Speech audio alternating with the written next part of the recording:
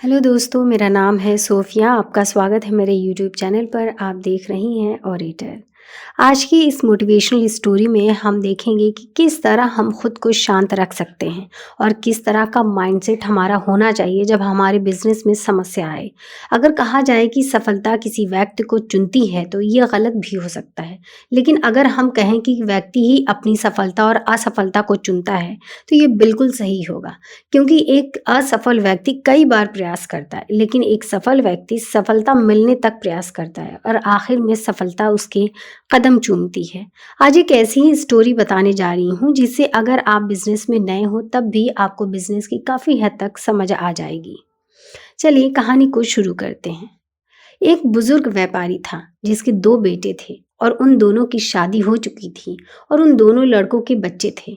उस बुजुर्ग व्यापारी की मार्केट में मिठाई की बहुत बड़ी दुकान थी। उसी दुकान पर उसके दोनों बेटे भी काम करते थे जो अपने पिता की मिठाई की दुकान चलाने में मदद करते थे। उनकी दुकान पूरे मार्केट में सबसे अच्छी चलती थी।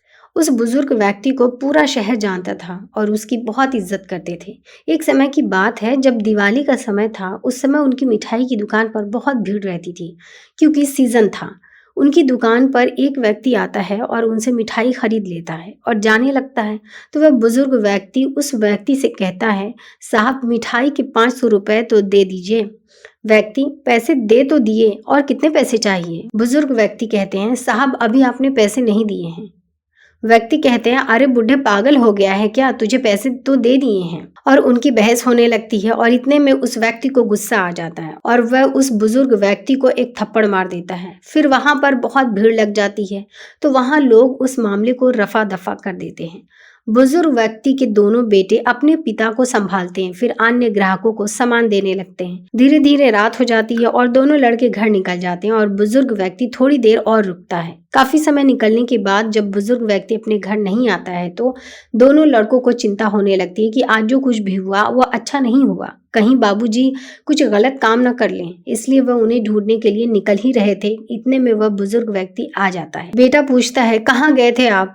बुजुर्ग व्यक्ति कहते हैं, मैं उस व्यक्ति को मिठाई देने के लिए उसके घर गया था जिसे आज झगड़ा हुआ था।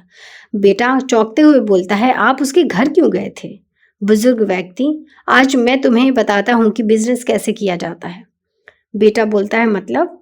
बुजुर्ग व्यक्ति, जो होना था वो तो हो ही गया। फिर मैं उसके घर गया और मैंने उससे बोला कि सर मेरी गलती थी, जब मैंने हिसाब मिलाया तो सब बराबर निकला। फिर मैंने उसे मिठाई दी और मैं वापस आ गया। बेटा बोलता है, एक तो उसने मिठाई के पैसे भी नहीं दिए और आप उसे घर जाकर माफी मांग कर आ रहे हैं। बुजुर्ग व्यक्ति कहते हैं, तुमने बिजनेस करना तो सीखा ही नहीं। अगर आज मैं उसके घर नहीं जाता तो वह दूसरी जगह से मिठाई खरीदता और पूरे मार्केट में हमारी बुराई करता, जिससे हमारी दुकान की वैल्यू गिरती। लेकिन अब वह हमारी बुराई नहीं करेगा और हमारे पास से ही मिठाई खरीदेगा। बेटा बोलता है, लेकिन हमारा जो नुकसान हुआ उसका क्या?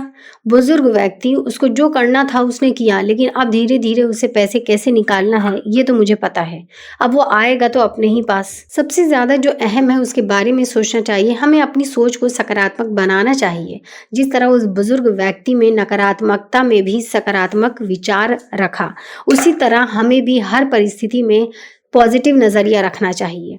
अगर आप नेटवर्क मार्केटिंग बिजनेस करते हैं या किसी और चीज के बिजनेस में हैं तो सबसे पहले तो आपको ये सीखना चाहिए कि बिजनेस करते कैसे हैं, जो कि इस कहानी में बताया गया है। परिस्थिति कैसी भी हो, हमें अपने ग्राहक से अपना व्यवहार खराब नहीं करना चाहिए, क्योंकि कौन सा पेड़ कितनी गहराई रखता है ये हमें नहीं पता होता। इसलिए हमें अपने ग्राहक के साथ अच्छा व्यवहार होना चाहिए। बिजनेस करने के लिए आपको सबसे ज्यादा जरूरी है लोक व्यवहार।